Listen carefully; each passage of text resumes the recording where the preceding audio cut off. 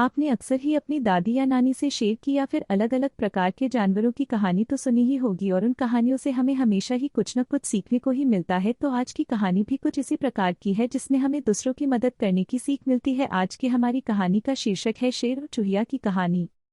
एक जंगल में नदी किनारे एक गुफा थी जिसमें एक शेर रहता था। वह नदी पर पानी पीने आने वाले जानवरों का शिकार करता था। शेर इतना क्रूर था कि वह ज्यादातर जानवरों के बच्चों पर हमला करता था, क्योंकि बड़े जानवर फुर्ती से भागकर अपनी जान बचा लेते थे और बच्चे छोटे होने के कारण तेजी से नहीं भाग पाते थे। कुछ इस प्रकार से वह भोजन ग्रहण करता था जिसके लिए उसे कहीं जाने की भी जरूरत नहीं पड़ती थी। सर्दियों के दिन थे, सभी जानवर ठंड के कारण अपने अपने घरों में छिपे हुए थे, लेकिन जैसे जैसे दिन चढ़ने लगा सूरज निकल आया और उसकी धूप से मौसम में ठंडक कम हो गई।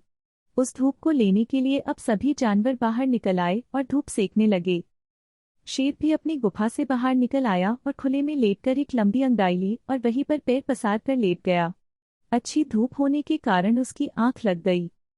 थोड़ी देर में उछलते कूदते वहां पर एक प्यारी सी चूहिया आ गई। वह अपनी मस्ती में मस्त होकर इठलाते हुए जा रही, अचानक उसकी नज़र शेर पर पड़ी। वह दौड़कर पास की झाड़ी में छिप गई।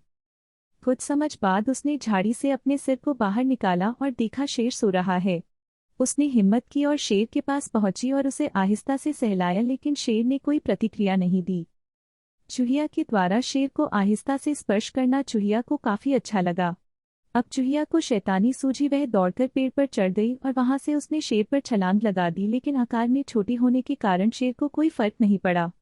इस तरह चूहिया काफी देर तक शेर के साथ खेलती रही। अचानक शेर की नींद खुल गई। उसने देखा एक छोटी सी चूहिया उसके पेट पर उछल कूद कर रही है। शेर मन ही मन मुस्कुराया और मुंह घुमाकर सो गया। लेकिन अब शेर की कोई प्रतिक्रिया न देने के कारण चूहिया की हिम्मत बढ़ गई। चूहिया ने शेर की मूंछों से खेलने का मन बनाया और जाकर शेर की मूंछ पकड़कर उससे खेलने लगी, लेकिन इस बार शेर को गुस्सा आ गया और उसने चूहिया को अपने पंजे से पकड़ लिया। चूहिया भी काफी फुर्ती से भागी, लेकिन उसकी पूंछ शेर के पंजे में आ गई। शेर ने कहा, अब मैं तुझे नहीं छोड़ूंगा, अब तू मेरे पेट में जाकर उछल कूद करना। यह सुनकर चूहिया घबरा गई और बोली, महाराज मुझे माफ कर दे, ऐसी गलती अब नहीं होगी। मैं भूल गई थी, आप इस जंगल के राजा है, मुझे माफ कर दे, आगे से कभी ऐसी भूल नहीं होगी।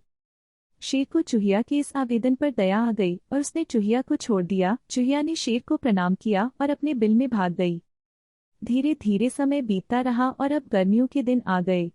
कुछ दिन बाद जंगल में कुछ शिकारी आए। उन्होंने नदी किनारे शेर के पंजों के निशान देखे और समझ गए जंगल में आसपास कोई शेर रहता है। उन्होंने अपना जाल नदी किनारे लगा दिया और चले गए। गर्मी होने के कारण शेर को प्यास लगी और शेर नदी की तरफ गया। नदी किनारे जाकर शेर ने पानी पिया और वापस अपनी गुफा में जाने लगा। तभी वह शिकारियों के उस जाल में फंस गया।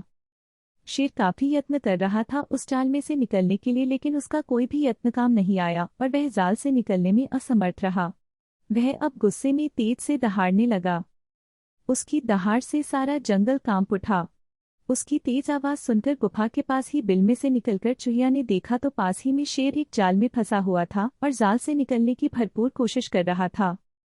चूहिया ने हिम्मत की और शेर के पास पहुंची और बोली, महाराज आप परेशान न हो, आपने मुझे जीवन दान दिया था, उसके बदले में आज मैं आपको एक विपदा से निकलने में आपकी मदद करूंगी।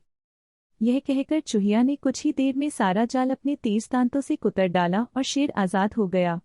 शेर ने चूहिया को धन्यवाद दिया और दोनों में गहरी मित्रता हो गई और मिलकर दोनों उस शेर की गुफा में ही रहने लगे। शिक्षा। आज की कहानी से हमें यह शिक्षा मिलती है कि हमें सदा अपने से छोटों की मदद करनी चाहिए।